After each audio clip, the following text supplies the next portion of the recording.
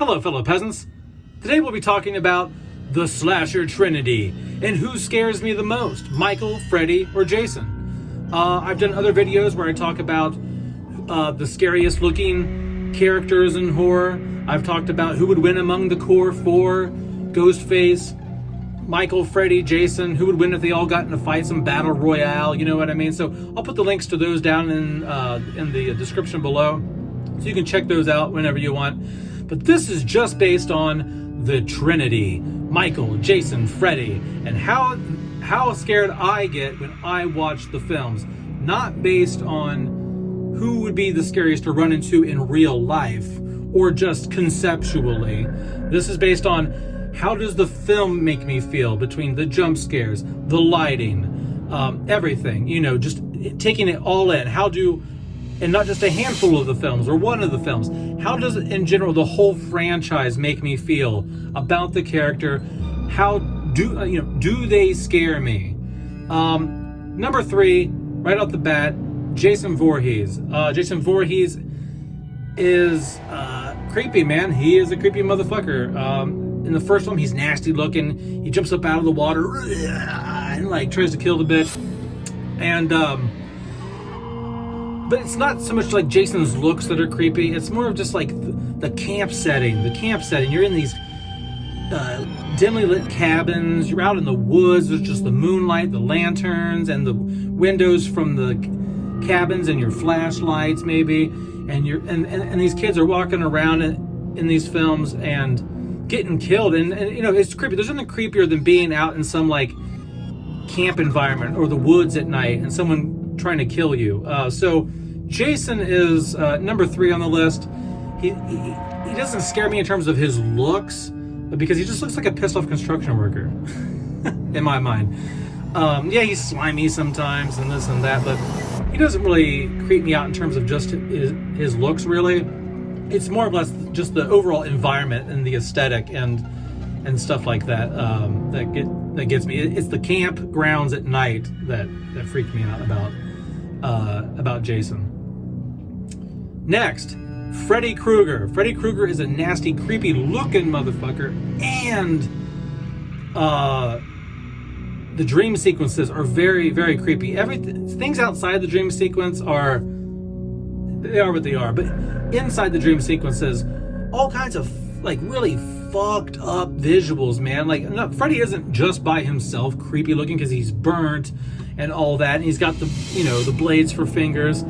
It's more of just some of these fantasies, the dreams where there's just disconfigurations. It's just alternate reality, acid trip looking creepy visuals that just kind of gross you out. You're just oh damn, wasn't expecting that, or wow, they really went there with that. So the Friday the 13th, the Nightmare on Elm Street franchise, for all the flaws that it does have and how the Freddy character did slide down the scale in terms of his creepiness as the character himself, there are still plenty of gross out factors and weird, creepy, acid trip, dream, fantasy things that fuck with your head when you watch a Nightmare on Elm Street films, even further back into the franchise. So, Freddy's number 2.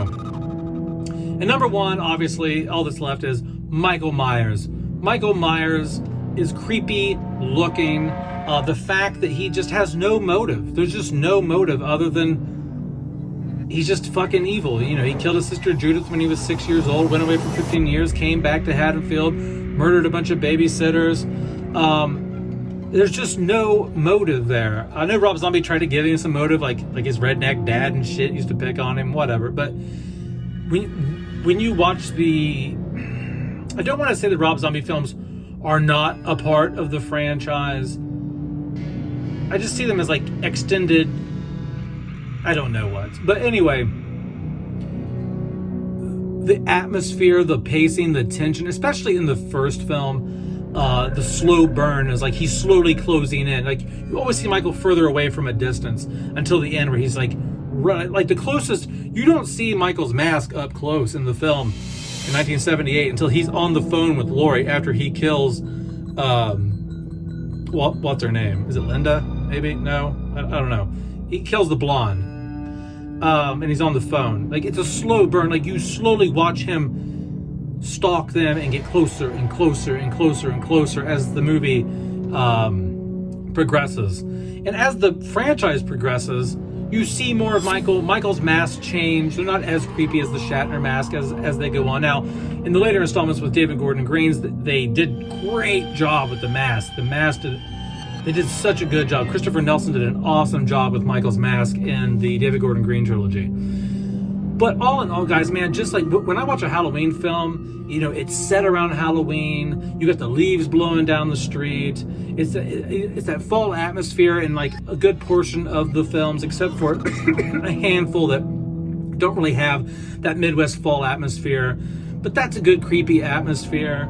The kills are good. Michael stalking at night is good. And slowly, and just his face. I mean, the pale, blank expression on the mask. And the fact he's got no motive. And just the directing in the films. Michael Myers is the creepiest one to me out of the slasher trinity.